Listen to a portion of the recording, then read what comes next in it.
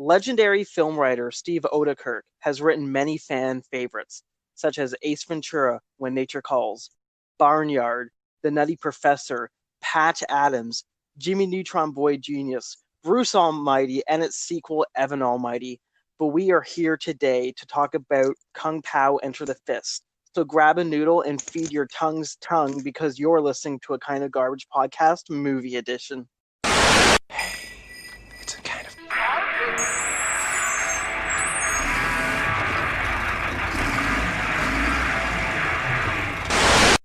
Welcome to the episode. As always, I am Anna Bishop. I'm today joined with Cody Andrews. And we have a very special guest with us. We have the host, one of the co-hosts, I should say, to the We Like Stuff and So Should You radio show on Trent Radio. Yeah, it's me, Brenny, from the show that you just talked about.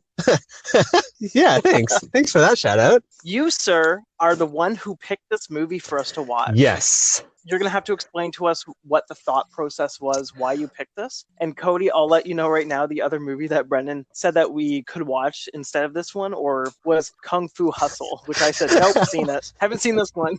Oh, okay, fair enough. I was thinking of just awful movies that I've enjoyed, like wholeheartedly. And there's just so much about this movie. Like, sure, it can be a little racist, because that's basically the whole movie. But the whole movie is just like, it's unintentionally so, and it's clearly just a joke, but it's such a bad joke, and some of the bits are just so good. Is it horrible that as I was watching this, I sat there thinking, oh, this isn't very racist? Well, like, I would imagine it wasn't intentionally racist. I'm sure it's not up to par, but it's not like, oh, let's go make fun of Chinese people or Asian people in general. It was just like, I have a funny idea, and I've unfortunately chosen an outlet which is not that good. When I was watching this movie, I kind of vaguely explained the concept to my partner, who was basically putting up Christmas decorations in the background. So I explained the premise of the director, writer, and star of the movie is Steve Odekirk, digitally inserted himself into a 1970s Hong Kong action movie. So explaining that concept to my girlfriend, she said, is that going to be a little racist? And I didn't know much about the movie. And I said, well, I think you could look at it from the angle of him inserting himself over a Chinese actor could be seen as a little racist. About 40 minutes later, the character of Ling stopped having dialogue and then just started going wee woo wee wee wee woo woo woo woo. And my girlfriend just... I thought she was doing a Miss Piggy. She was being Miss Piggy. Yeah, that's what I thought when I was watching it. That was my interpretation. It's like, oh, she's Miss Piggy. I just looked at my girlfriend. I'm like, this is the most racist thing I've ever seen in my life.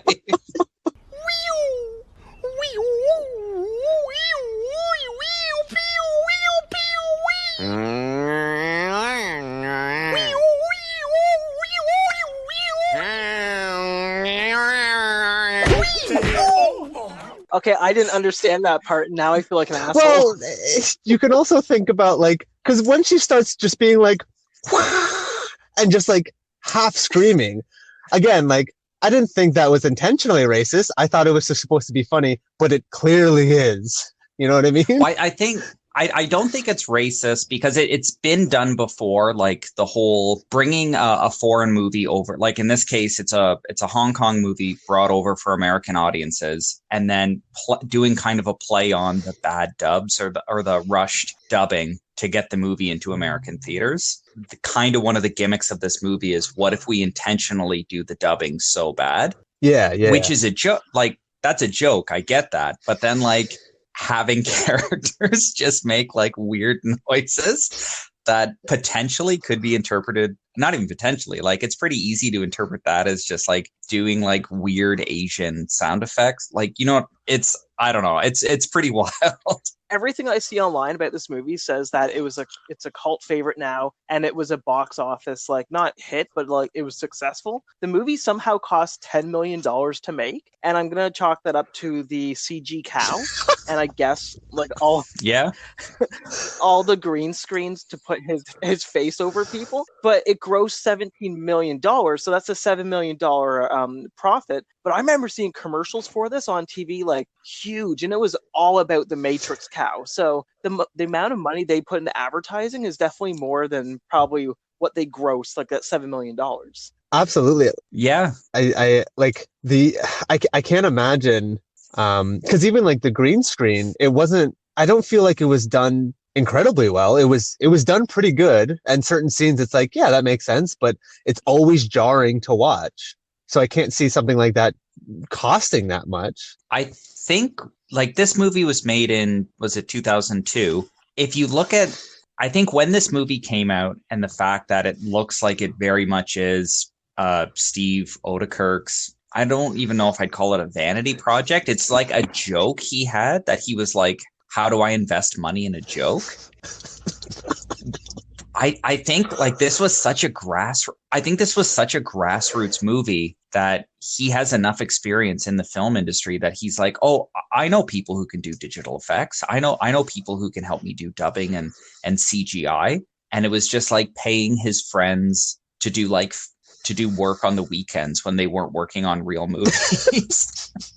I guarantee you that he pitched this movie for Jim Carrey to star in, because so many moments are Jim Carrey moments, and I could just picture his face instead of Steve Odekirk's face. Yeah, so that's another good point to bring up is Steve. So the writer, director, star, racist of this movie, Steve Odekirk. Did you say the racist of this movie? I like one of his earlier credits is he has a writing credit for the comedy sketch show In Living Color, which Jim Carrey was a star of. And then has writing credits for like some really early Jim Carrey career stuff. Like even before Ace Ventura, he wrote a Jim Carrey movie called High Strung. And I think he's just good friends with Jim Carrey. So you're right. Like it wouldn't surprise me if at one point he called Jim Carrey and was just like, I have an amazing idea. We put your face on a Hong Kong movie. And Jim Carrey's has someone who does like PR for him was just like, Jim, don't do this. Yeah, someone told him, or he definitely did the right thing by saying no. I think the movie would have been a lot better if Jim Carrey was in it. To go off like what Adam's saying, like there is a lot of Jim Carrey moments, which makes you kind of wonder if the Jim Carrey moments like, is he writing for Jim Carrey, or is this his writing? And Jim Carrey stuff in earlier movies is really just Jim Carrey doing Bob Odenkirk. Well, you can also kind of think about it as like, if Jim Carrey kind of like not fell into this role of these writings, but like it just fit Jim Carrey so perfectly. And then yes, Odenkirk just did, other things, and Jim Carrey was just separate from it. Yeah. One thing I want to point out is that I believe this movie only generated $17 million is because it was released in January, which is like the deathbed for any movie. Well, I remember, what was it, 2002? I was super young when this movie came out, and I recognized, even from a young age, how horrible this movie was, but I was still excited to go see it. I don't think I saw it in theaters. I think my family like rented it or something, and I was excited, and it lived up to my expectations as being such an awful, awful movie. But to this day, like, I think I watched it, like, other than like recently, I watched it like last year, and I was like, yeah, this is exactly what I wanted. So like, I think there's that niche audience that, really, they got exactly what they wanted. Yeah.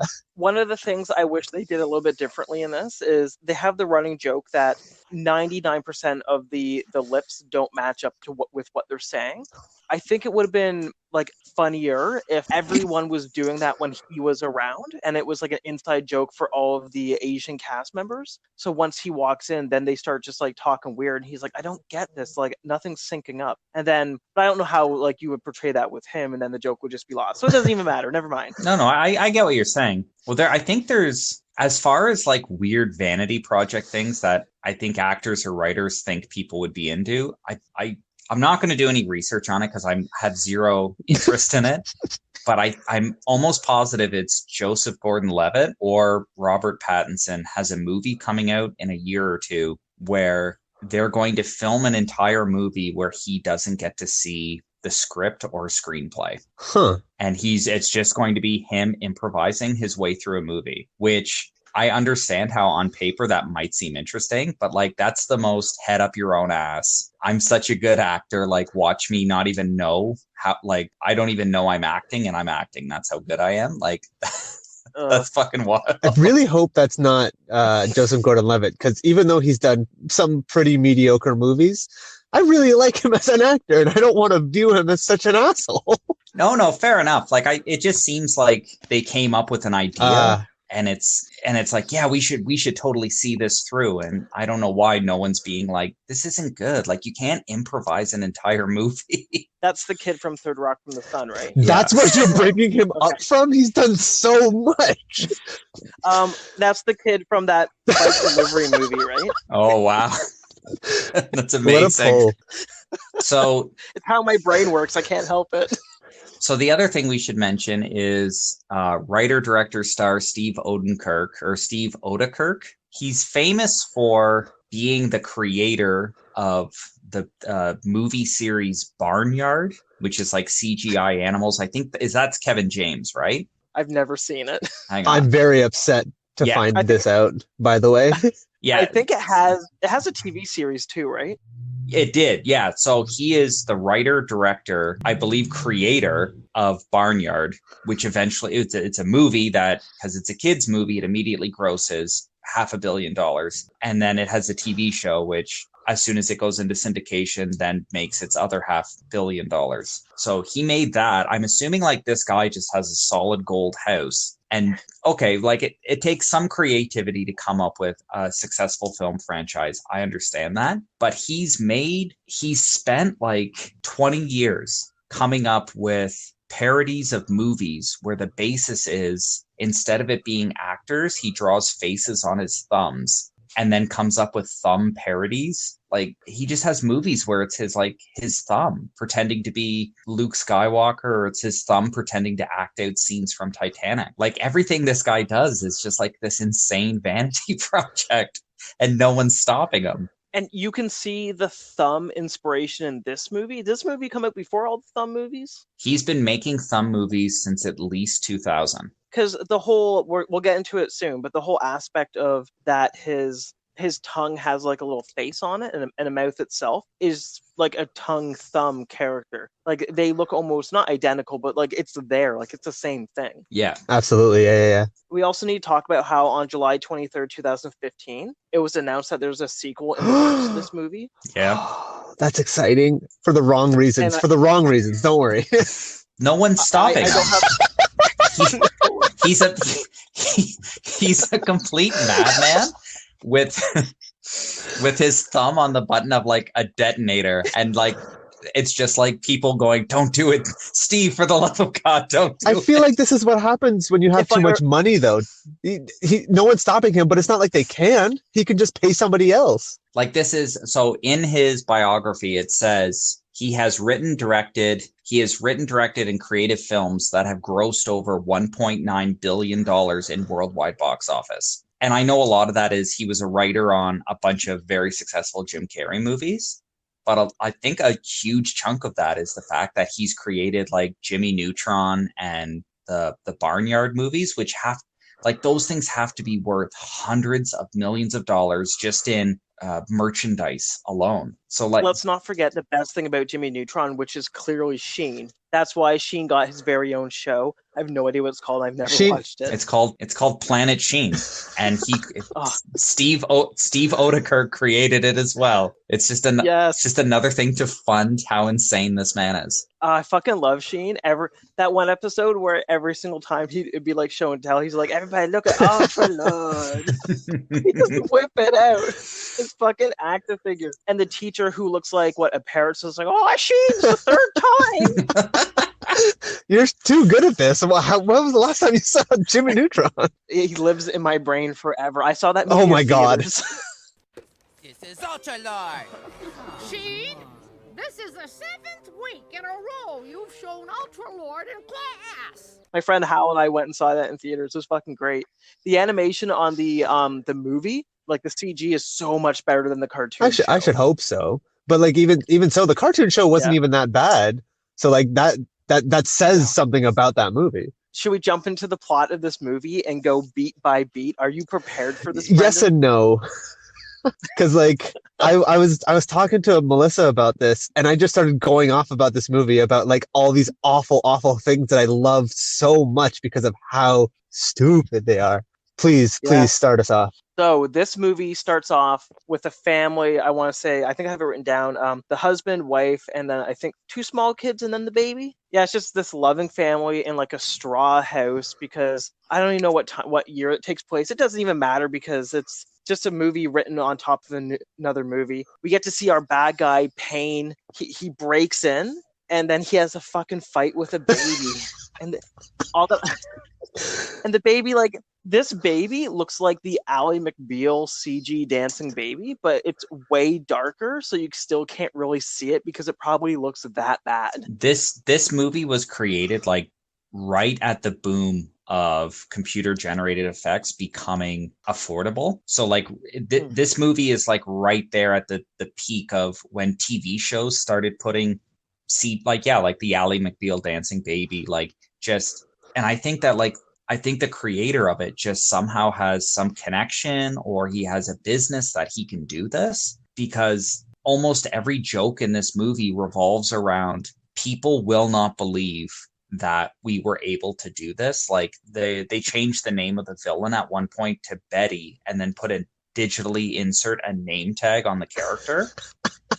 And all I can think of was that was like a room full of 50 people looked at each other and said, people are going to look at this like when audiences see this, it's going to remind them of when the first time they saw a dinosaur in Jurassic Park. Like no one's going to understand how it happened. And it's like, it's the wildest thing in the world. You're absolutely right though, because like all the stuff that happened in this movie, all the CG and like the inserts, it's like nobody's really done, and nobody. Why would anybody attempt to do something so drastic? So it's like, yeah, this is. I don't even have words for it. It's surprising. I don't understand why. Like he has to have some sort of connection where, okay, this is, I'm just scrolling through to see like what I'm trying to find, if there's actually like a technical company that helped him do this, because I'm trying to find a name. It keeps popping up with 20th Century Fox Animation helped him do all the special effects. This is the sign of a great movie. Do any of you know what the runtime to this movie was?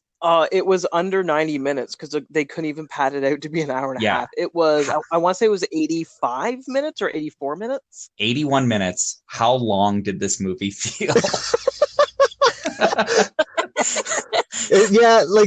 The way the plot kept going, and you didn't know what to expect, because it almost felt like the plot kept changing. I would not have guessed it was under 90. Yeah, if to me it felt like it was at least it felt over 100 minutes. It just dragged on and on and on. But yeah, like somehow this wasn't even like almost a full feature length. We'll skip right through it. Baby fights Payne. Baby pisses in Payne's face. Payne burns down the house, and then the baby stops, drops, and rolls out of the window, and then rolls down a mountain. And this is probably one of my favorite gags in the movie. Yeah, like straight away, is that this little old lady like is carrying bamboo or something on her back, and then she picks up the baby and she's like, "Oh, cute baby," and then she walks to the other side of the mountain, or like the road on the mountain, and just rolls the baby back down the hill. It wasn't done. Yeah, this is where Danielle and I are sitting here watching it, and then she just looks at me and goes, "Okay, I'm done," and then she gets up and gets her computer and starts doing work. See, that to me, like as soon as that little joke happened, I'm like, okay, there was a setup for that joke. It played off, like it subverted your expectations, for you think that the woman's going to pick up the baby and be like, I'll raise you as my own. It subverts it, and then it just continues with the joke of a baby hilariously rolling down the side of a mountain. Like that was a crafted joke. Like that's an actual honest to God like skit that was in the movie. And then like I think we go like another 30 minutes before there's a joke. But and I was just what I'm talking about is like those kind of poignant, like this was intentional. Like there's no mistakes in this movie, and that's why it blows my mind. One of the next jokes is it's just like that trope of like the lone wanderer like walking towards the camera from like the desert horizon. So you have a couple quick little shots, and then you have a narrator being like, the baby grew to be a man and that man wandered. And then it says, sometimes he walked. And then it just cuts to him in like a classic convertible. And it goes, sometimes he drove. Like, it has some jokes like that where you're like, that wasn't a great joke, but like, that's actually like you're trying to do a joke there.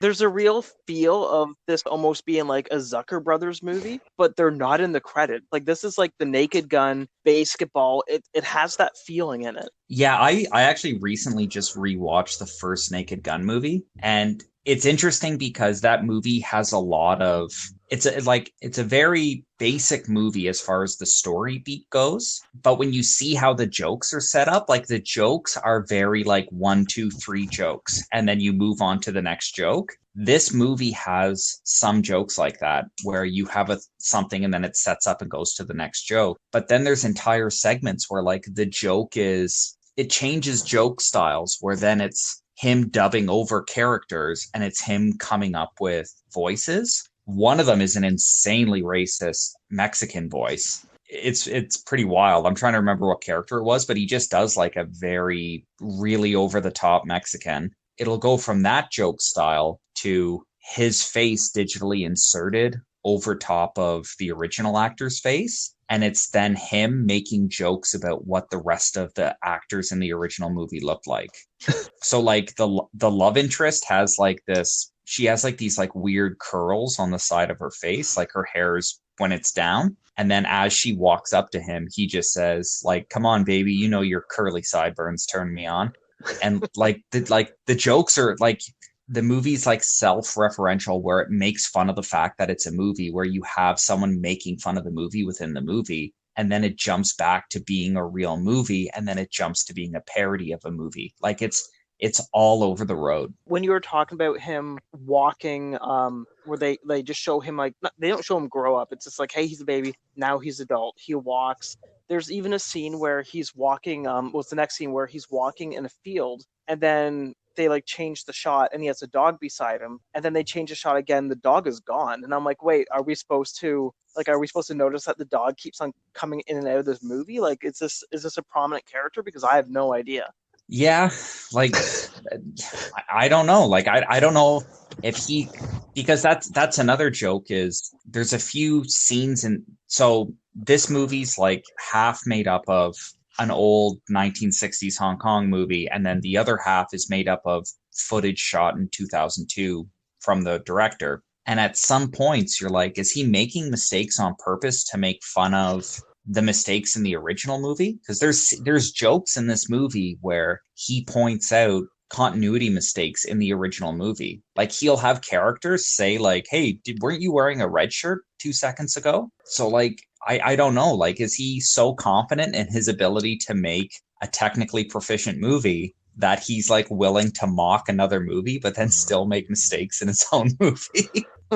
A lot of it jumps out at me, and there are so many things that are so vivid in my mind. But kind of the one problem I've always had with this movie is that it's not memorable. Yeah, fair enough. I agree with that. Yeah, there's moments in the movie, but if you were to try to like tell somebody the plot of the movie, there's so many like little things that don't make sense or are just like throwaways. And I think it's because a lot of the movie is almost padded to make it almost an hour and a half, which still doesn't meet. But yeah, he shows up and fights these goons in an alley where he's popping in and out of sewers. He does like a bunch of hand chops at a guy and makes his uniform turn into like a bikini. And this is the first time I guess the second time that we get to hear bad guys having like the voice that you don't expect, because Payne at the beginning, he's just like, open his mouth. And you're like, oh, okay, I get it, because he should be like, open his mouth. But that's not what you get. And even these guys just like, hi. Like, they're voices that are supposed to be funny because they don't match the way that the characters look. Open the mouth. Your days are over, mister. Yeah, like I almost feel like the way this movie's done is he kind of should have stuck to one lane of is the gimmick that he's inserted himself into an old movie and his character is going to be self-aware that he's in like an old poorly made movie, or is the joke that he's going to dub over, like one man is going to dub over every line of dialogue and like try to make something funny out of it?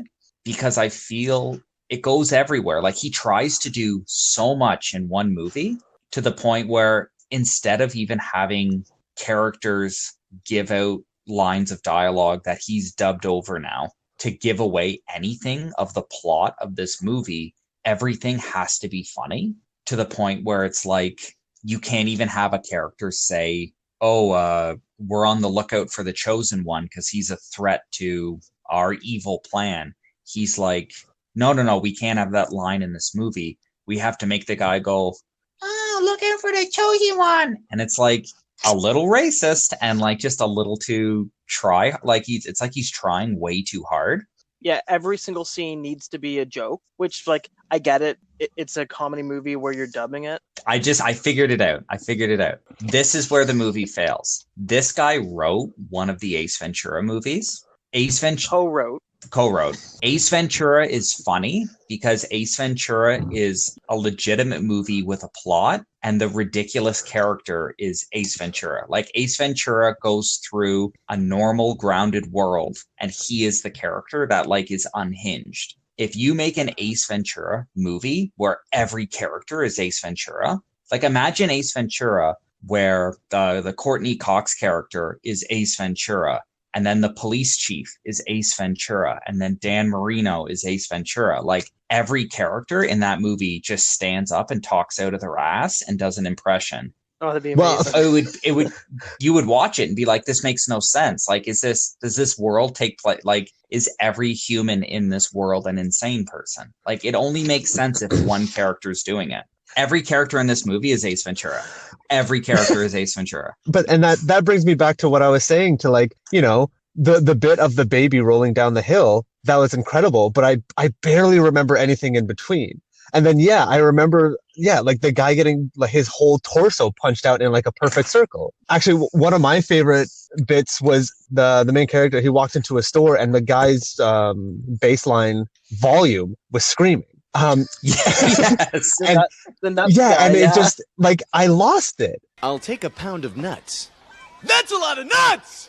That'll be $4, baby. You want fries with that?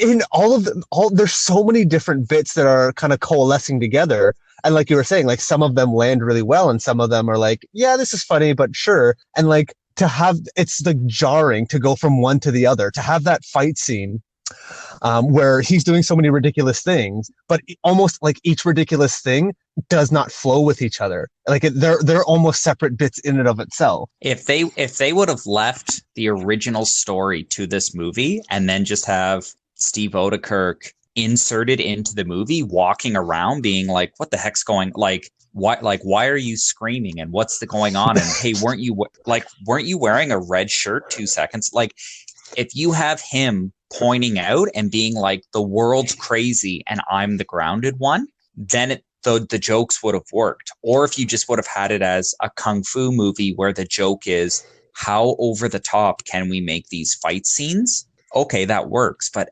like the dialogue, this movie is like a poorly written comedy where the dialogue, every bit of dialogue, if it can't be a joke, it has to be spoken in a funny voice.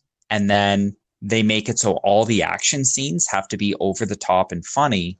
And then on top of that, he's like breaking the fourth wall and referencing like issues within the movie itself. Like, I don't know.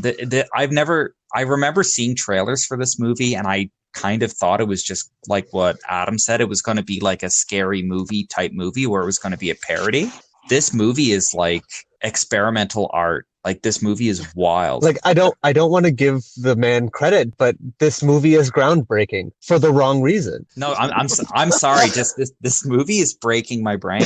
Like, this movie. Like, I went into this movie thinking this is going to be a scary movie, not Police Academy. What's it called? Naked Gun style, like riff on Hong Kong action movies, and I left just like questioning everything. I think if they tried to do, like a scary movie or Naked Gun style of Chinese action movies, it would come off so racist that you could never show it. And well, Yeah. With that, it's like, for all the intentions or intentional things that they put into this movie, it somehow works. Like, it's I wouldn't say it's accidentally racist, because it has some very clear parts of it, but you can tell the intent wasn't to be racist. It's just they are.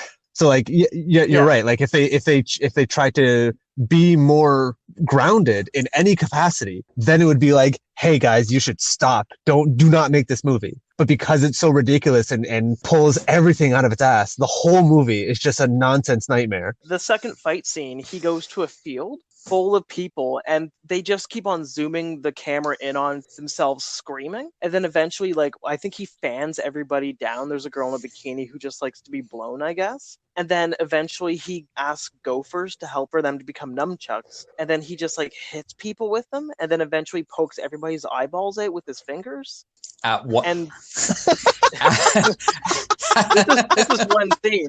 And then at the end of the scene, he sits there screaming, and as he's screaming, I'm looking at his chest, and I'm like, is he wearing a suit? Because it looked very fake, but he had plasticine on the side of his neck to cover up the hose, and then blood just shoots out of the side of his neck because he has like an aneurysm. So this movie cost $10 million, which you look at it and go, really? Like, how did this make, like, how could this cost $10 million? And I think the reason is 20th century 20th Century Fox was in charge of animation, and I think they had to send back all the dailies back to Steve Odekirk to say, we're not allowed to work, like, we can't insert special effects onto this yet until he reshoots it with the tape removed off his eyelids.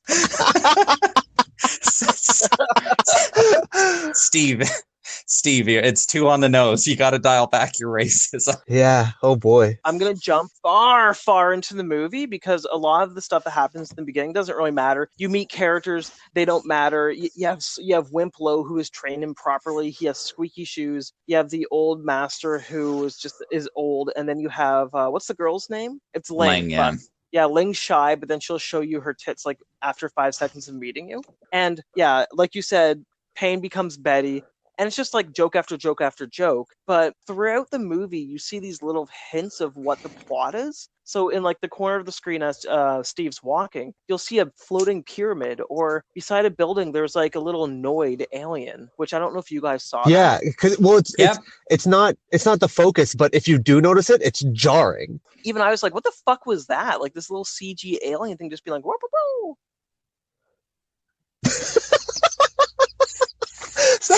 Sorry, I was waiting for you to continue or someone to say anything, and it's like, no, that's the movie. That's what we had to watch. Yep. That's what I forced you to watch. We have what I call reverse Total Recall woman. Instead of having 3 tits, she has one. Yes, the Unaboob. Yeah, I think, when did Total Recall come out? Oh, the 89. Like, you waited 14 years to do a Total Recall joke?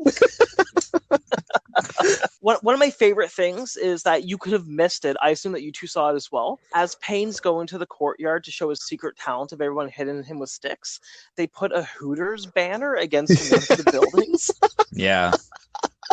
It's like, nice. But yeah, the whole plot of the movie is that Payne is, I guess, he's a peon of French aliens who are in hovering pyramids, and he himself has little pyramids on his chest that if you remove them, he dies. Okay, so I didn't do like any research other than like just watching the movie, and like, are those pyramids in the original movie? Like the original like 70s Hong Kong, like on his chest, not floating in the sky. I'm not silly. As far as I know, yes. Yeah, they were. Okay. From what I read about the original movie, because the Wikipedia entry for the original movie compared to Kung Pao, it's so small.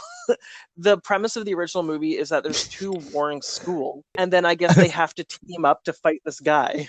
like there's no story to this movie. So do you just want to like have each of us say our favorite moment and whether or not we'd recommend this movie to anyone? Oh, we still have a couple of things. Oh, Well, yeah, when you brought up that fight scene, I'll tell you when it'll take me like 5 more minutes. When you brought up that fight scene, I was like, man, I don't remember this. I don't remember continuity in this movie. It's all patches. Because like I literally just remember like the best scenes, and it's like everything else is just nonsense. The biggest, like my favorite thing, because it's so fucking bad, is that Matrix cow fight. That was what sold everybody on the movie, of the cow just jumping sideways, shooting milk out of its udders, and just Steve Odekirk like bending over backwards, wiping that milk mustache away. yeah, like just as far as the continuity of this movie goes, like I'm not surprised this movie got made because like going all the way back to, I think it was 1966, there was a Woody Allen movie called What's Up, Tiger Lily? He just dubbed over all the Chinese actors' dialogue and just, it's him doing like creating his own movie without even having to make a movie. So I get the idea of taking like foreign media and like making jokes out of it. I get that. But like, how did this get put into theaters? Like, how could like the average someone watches the trailer for this movie or sees the commercial for this movie and goes, Matrix and a cow, that's the funniest thing I've ever seen. I need to see this movie. How do they sit through this movie to even get to that point? Yeah, because the cow was like almost past the halfway point, right? Yeah. Oh yeah. Like this movie is so patchy and jarring. Like, how could the average audience sit there? And I get like if you wanted to make this movie to air like for your friends or just to take it to like weird film festivals to be like, here's something funny we made. I get that, but like they honestly thought like people were gonna sit down and like just like I'm sorry. I don't like it's so fucking ridiculous. And just hearing you say it in like a normal like actually criticizing this movie, I can't, like, you're right. I cannot believe nobody stopped this man. Brendan, tell me about Mufasa in this movie.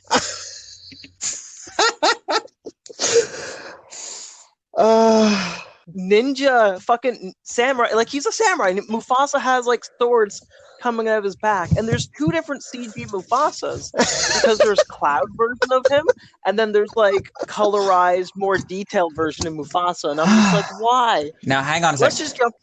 You're referencing Mufasa from the movie The Lion King, which came out in 1994. So like 6 years later, this guy's like, I'm gonna put a Lion King joke in my movie. Yeah, like it's fucking wild.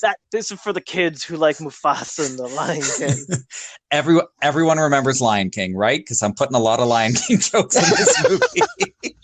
The way that this movie ends is that Betty and what is Steve's character's name in this? Is it Chosen? It's Chosen One, isn't it? Or Chosen One? Okay. Who fucking knows? Betty and Chosen One start fighting, and then Betty gets like Super Saiyan like bracelet upgrades from the alien pyramid from the sky. And then Chosen One shoots his tongue out at the pyramid and rips it down, and then rips off the guy's triangles, and that's how it ends. And then we get a preview for the next movie, which, if I remember correctly, the sequel is supposed to be a Western.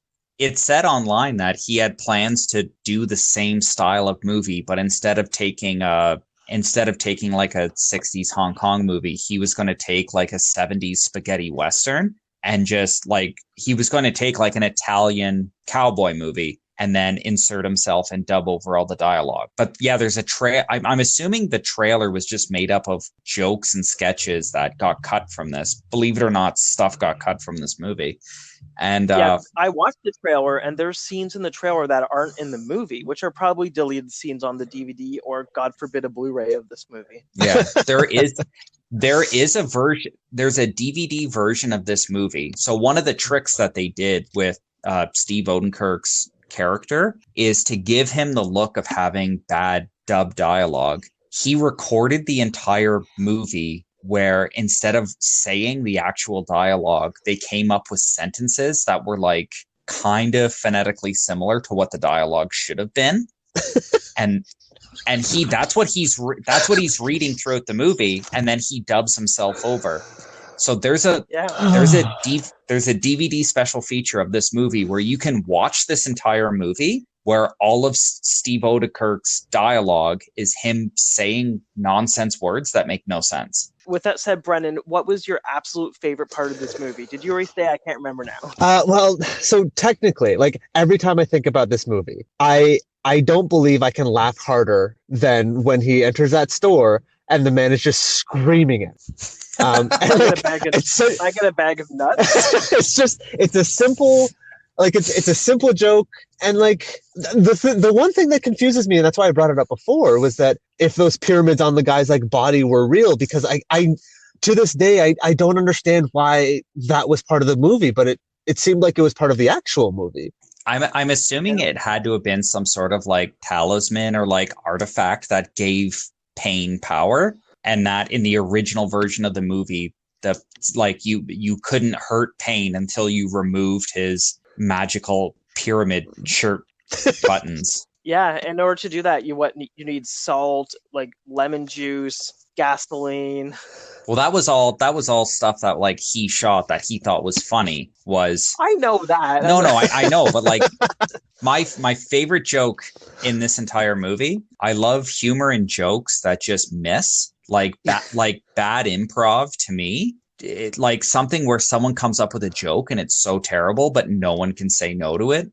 I love the dumbest thing I think you could do, and he just did it, and I love is, you know, the stupid face he put on the tongue. Yes, he named that Tonguey. Like, that's funny. Tonguey, get it? Now it gets even better. Tonguey is credited in this film's credits as played by actor Escobar Tongue. No. Get it? At like Escobar Tongue. Like that we got a tongue actor to play the tongue, and his name's Escobar because it's funny. It's like no one stopped him when he was doing this. Like not one person said like, Steve, this isn't even remotely funny. and I love that. Say. Yeah, I love that. Control. Like I can only imagine that he had like co-writers chained up somewhere, and they were like, Steve, please let us go. No, come up with a funny tongue name. Tonguey? Brendan, This is your first movie that you've watched with us. What do you rate this movie for your top 10? Like if I have to put it on a scale, like out of the 10, honestly. No, this is automatically your number one. There are no. I understand, but if I had to rate it out of 10, because that's what I'm going to do, I don't care. I would put this at a solid 6. Okay, I accept that. I personally think it's worth watching, with the disclaimer that this movie is not worth it. Like, I'm going to force you to watch this, and I'm sorry for what I'm about to do to you. I've done that many times with Cody. Yeah, that's almost all of Adam's film recommendations. Well, working with Adam, every time he tells me about anything, I'm so intrigued, but I'm just like, please stop. I don't want to know more about whatever you're telling me. For my top 10, this unfortunately doesn't meet the top 10, so it will not be joining the list. I'm so sorry, Brendan. That's okay. But movies such as The Last Shark, Dead Weekend. I suppose that's fair. The stuff that you've talked about, the stuff you've told me, like, I understand where this movie fits, and it doesn't fit with those. Yes. What about you, Cody? I enjoyed this movie more than like Bodily Harm and some other like complete trash that we've watched, which are real movies. Like I understand. I got it as I was laughing, but to me, that was the better joke, that you enjoyed this movie over hurting yourself. Yeah, like I think this movie is terrible in so many respects, but like you said, like there are a few jokes that are. Bodily Harm is a movie. Bodily Harm is a movie. The Bodily Harm is the name of the movie we watched. I know. I got it the second after I started laughing, but I couldn't stop. Okay. Oh my god, I'm just slow. I think this movie's interesting as like a I don't know anyone who saw this when it came out, so I think this is one of those weird like victory lap movies where it's like, go back and watch a movie that you're aware of, but like you don't know anything about it. No one does. So watching this movie after it's sat for 18 years, just letting its like weird cultural references sit for that long and then watching it, like, this movie is fucking wild. Like I this is easily the worst movie I've ever seen in my life. Easily the worst movie I've ever seen in my life. but I cannot not put it on the top 10. Like, Oh, this was wild. Like, this was absolutely wild. So it's good. What's my 10? Dragon Ball Z Super Broly. Yeah, it's better than that. Like, this, I don't know how to explain this movie other than like this is a movie made by people who shouldn't make movies. It's written by people who shouldn't be writing movies, and it's the jokes in it are written by people who like don't have a sense of humor. It's Is this movie it's wild. Is this better than Witchery? No, Witchery was a better movie than this. Okay, this is your 10. Good job. Another thing I really like is I kind of enjoy the fact of like finding out about somebody like Steve Odekirk, like knowing that there's a man who exists whose like resume starts off with the sentence, "I am personally responsible for the creation and direction of $1.9 billion worth of box office receipts in the entertainment industry," and then going, "Wow, that's impressive," and then clicking his name and seeing 20 movies where it's his two thumbs talking to each other might be the wildest thing I've ever found out.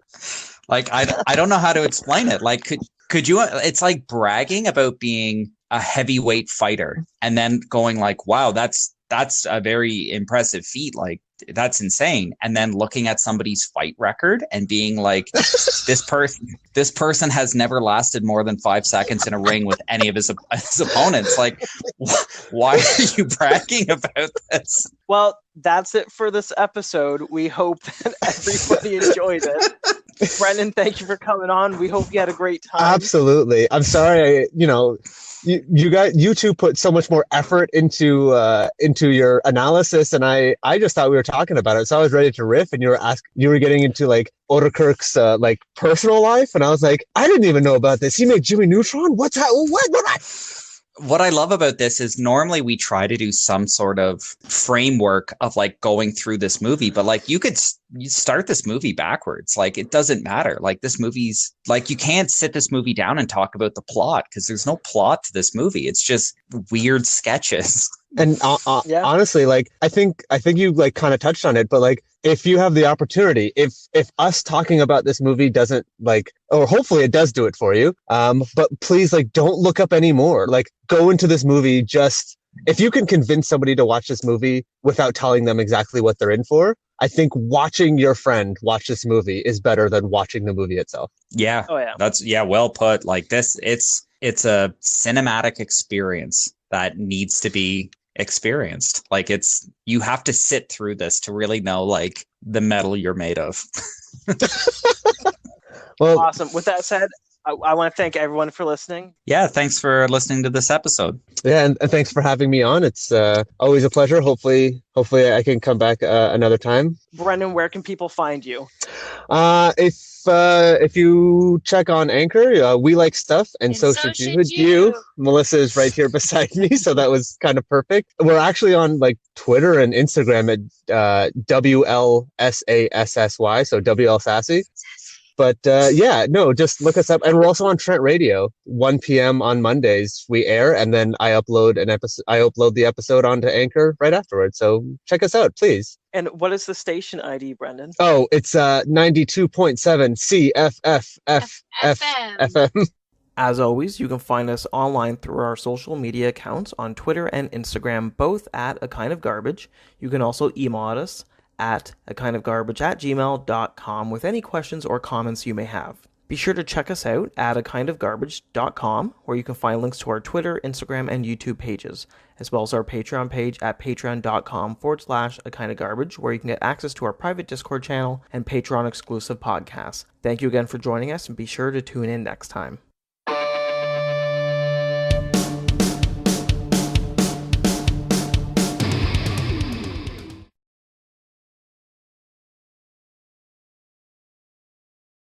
I'm very glad we watched this movie.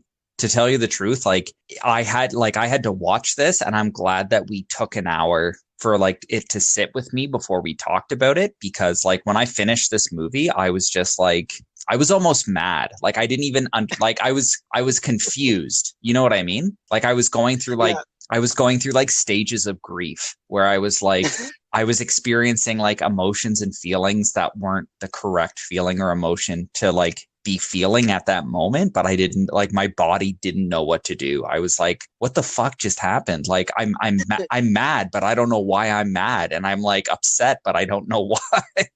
And that's why I wanted to do this movie over Kung Fu Hustle, because like I have Kung Fu Hustle on DVD. That's a great movie. That's way too easy. Yeah. This one was going to be a piece of shit. Yeah, which we didn't reference it, or I didn't bring it up, but like that's another thing I love is like this, just reading this guy's bio, I liked more than reading or watching the movie. Like he talks about like he initially brags about like how much, not brags, but he brings up like, look, my name is tied to almost $2 billion worth of box office receipts. Like I'm a golden boy, but he doesn't reference like I literally have jokes, like it's just parodies of thumbs and weird stuff. And then he calls his fans. Oh no. Oh yeah, he's got a name for his fans, which I love now because back in the day, people would be like, oh, these are the names for my fans. But in 2020 and like the Me Too era, like saying your fans have names like really puts a creepy,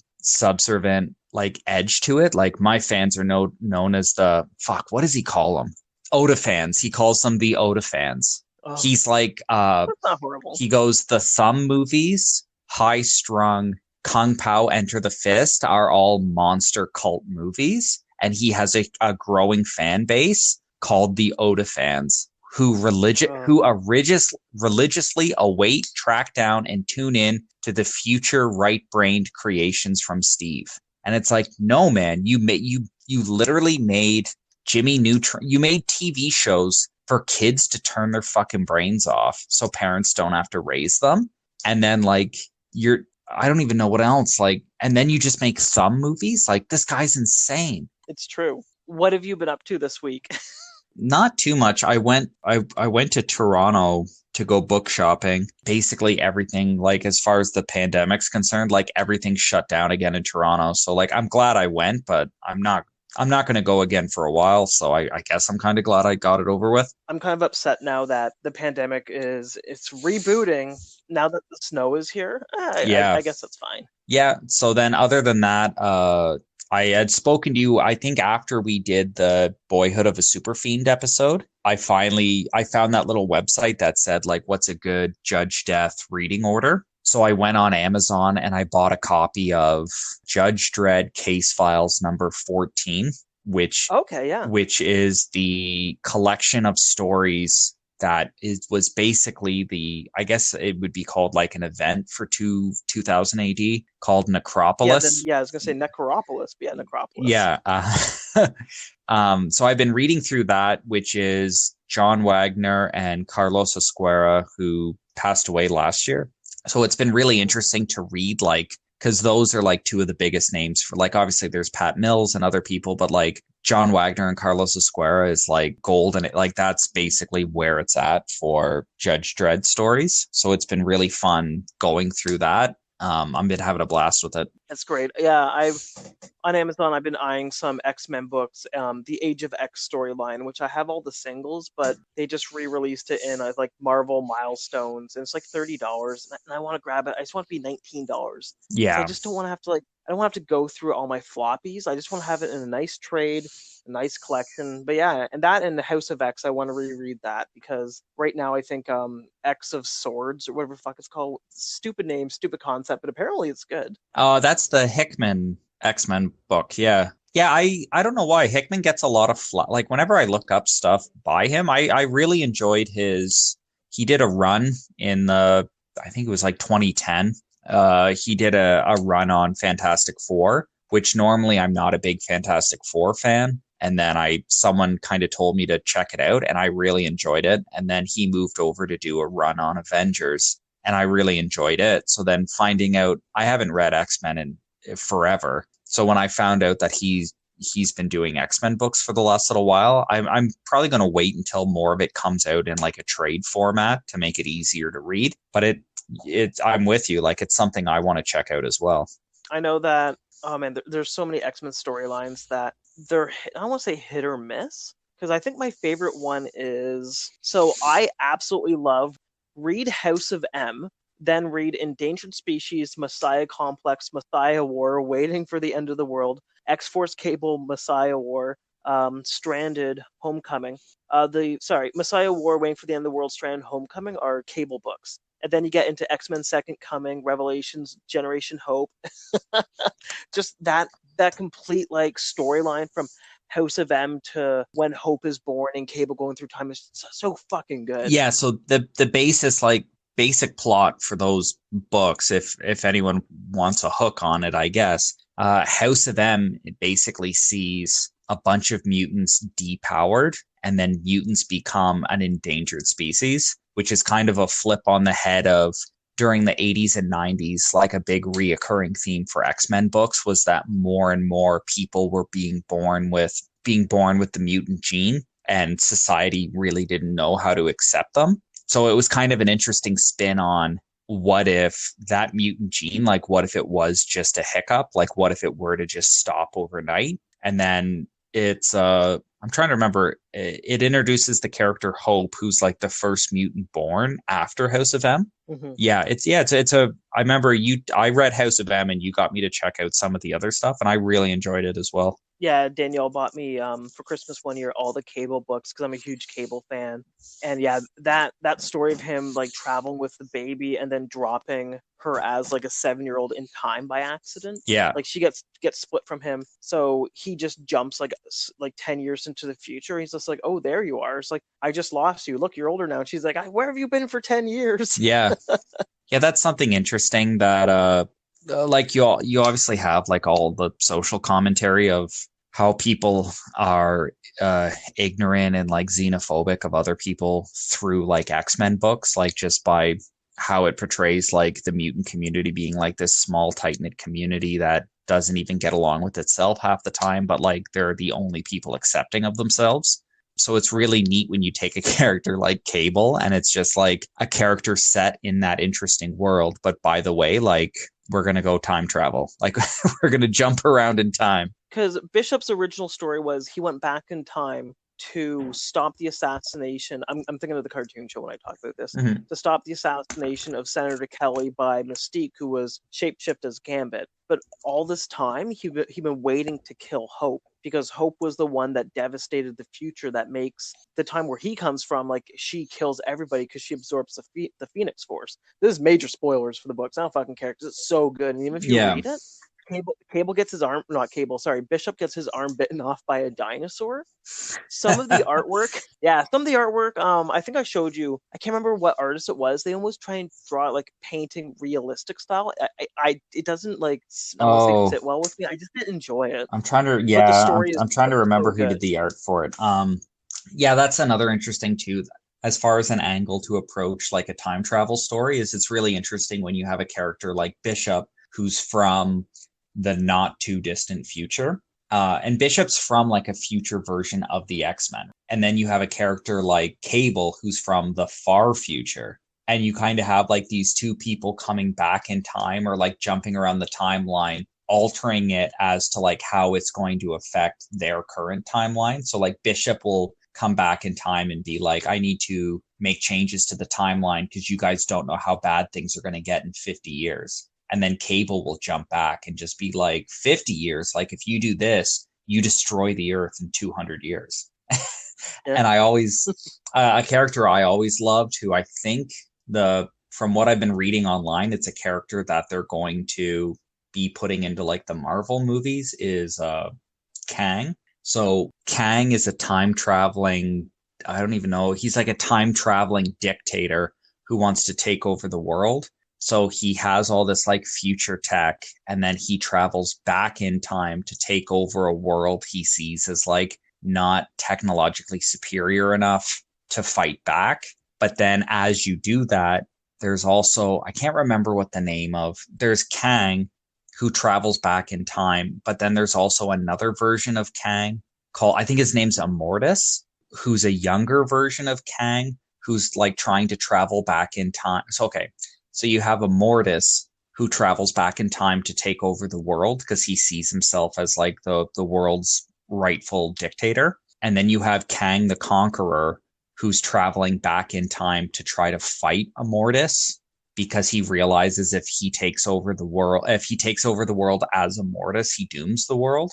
So he still wants to be in charge of the world. He just wants to do it from like a different angle. And then on top of all that, you have like far future Kang, who realizes that like his two earlier versions are going to take over the world. So then he'll jump back in time and try to like help the Avengers stop himself. It's just like hilarious time travel stories. But yeah, he's probably going to be one of the next like villains in a Marvel movie. But I always thought it was an interesting concept of like following through on a goal, but then having a future version of yourself trying to come back and stop yourself, who has like the foresight to know like what the actual end game is going to be.